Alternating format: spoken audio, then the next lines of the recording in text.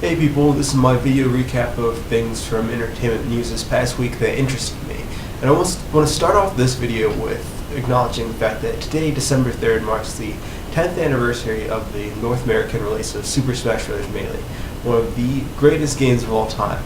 So just recognize that. If you got Super Smash Bros., you want to just play it today to recognize this great game. And this helps me to lead into my first story of the day, which is there are rumors that Sony is coming out with its own kind of Super Smash Bros.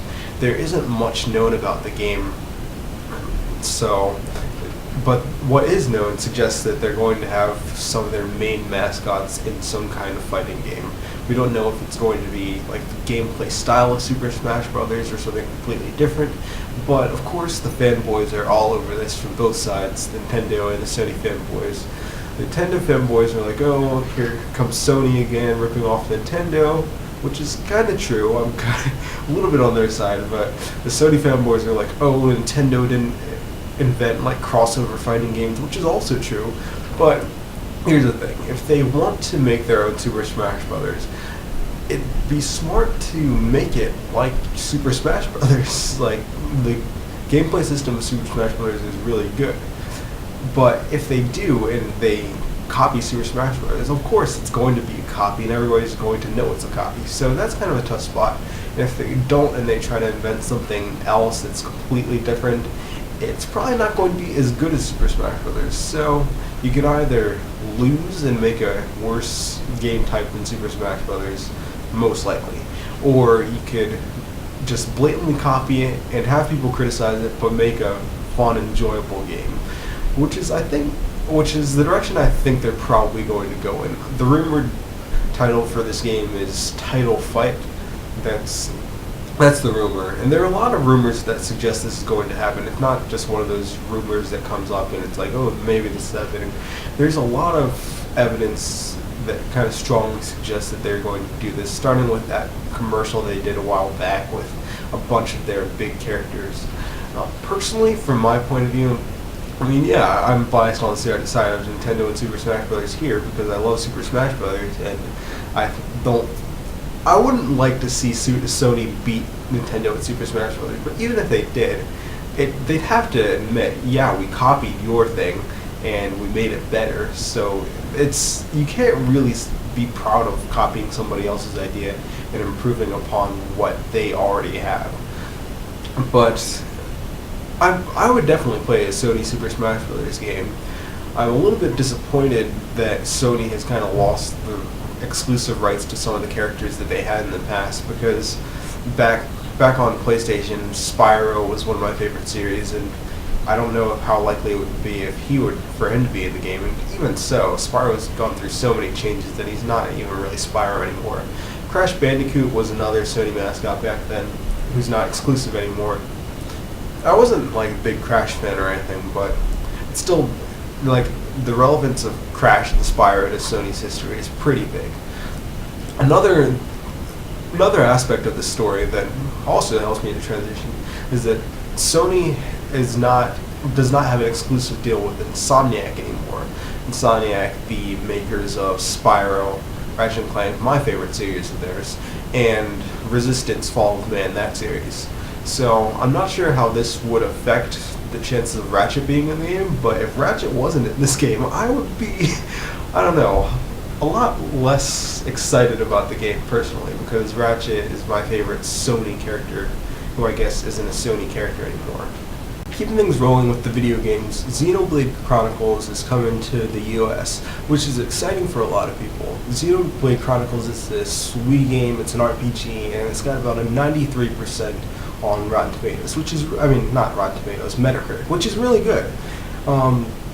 There's just been a lot going on with this game, because for a very long time it didn't look like Nintendo had any plans to bring this game to America, so a lot of people were pretty ticked off about that and disappointed. So the fans got together and formed this movement, Operation Rainfall, to bring Xenoblade, as well as this game called Pandora's Tower and The Last Story, to the Wii in America. So it appears that has been successful in convincing them to bring Xenoblade over, and we'll see about the other two. But even though Xenoblade doesn't really appeal to me, I'm not really an RPG fan. I think I am kind of happy to have it on the console here because it's just nice to have good games on the Wii. So when you're in an argument against like Sony fanboys and Microsoft fanboys who are like, oh, there are no games on the Wii, you can pull out yet another game and not have to list a whole bunch of Nintendo games and then find just like one or two really good third-party games. Like, as many good third-party games as there can be, it's nice to have.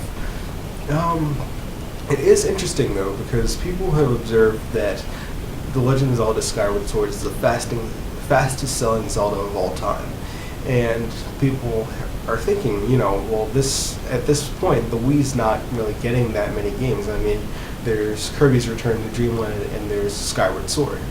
So, personally, I'm kind of wondering, just not really thinking that this is some kind of plan, but it's possible that this was Nintendo's plan all along, just kind of stall Xenoblade to make the Zelda launch even bigger, and then release Xenoblade in 2012 to kind of carry 2012, since there's not much coming out then either. So, who knows? I don't know. But it is interesting to think about. So, bottom line though, Xenoblade is coming to the US, so if you're a Wii owner and an RPG fan, you should probably check that out and maybe pick it up.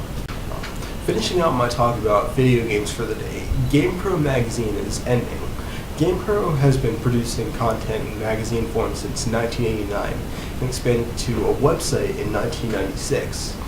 Earlier this year, they announced that the magazine was going to go into a quarterly format, and now they're just shutting down the magazine altogether. Personally, this doesn't really affect me because I don't read GamePro, but it is kind of sad. I mean, 1989, that's a long time for a magazine to be going on. Well, video game magazine, I guess. So this whole thing is ending, but it will continue in the website format. So GamePro fans, I guess you can have that to comfort you if you really are one of those people who's been reading it all this time.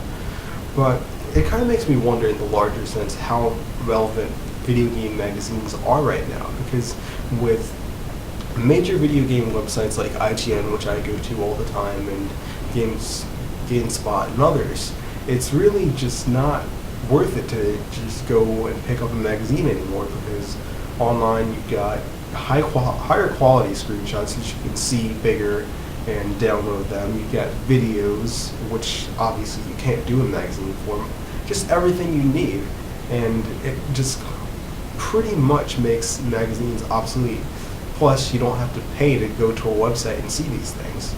So, I read Game Informer occasionally, but that's because I'm a member of GameStop, and they give me this subscription along with the membership. So yeah, I'll check it out and flip through it, but I'm not ever going into bookstores and saying, oh, I'm going to pick up this game magazine now because they've got screenshots that I can look up for free online.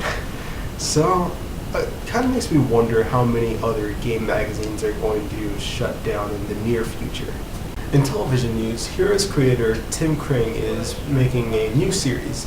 It's called Touch, and it stars Kiefer Sutherland as the father of this new autistic boy who has the power to see the future and do all sorts of other weird stuff that I can't quite understand for the show, but it looks kind of interesting.